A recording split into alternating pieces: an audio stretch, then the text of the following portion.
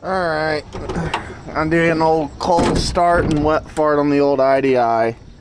It's been sitting for a couple days. Headers are good and cold. Glow plugs unhooked.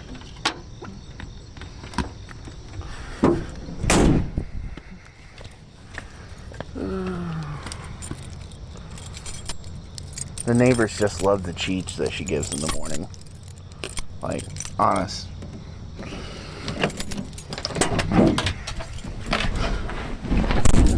Now, I know a lot of you are probably going, how are you going to start a cold IDI with no glow plugs?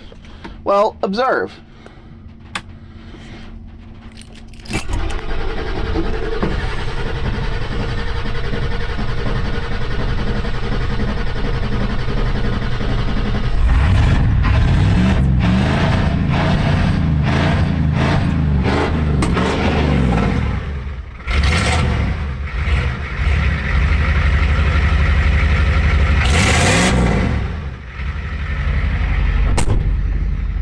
You don't need glow plugs.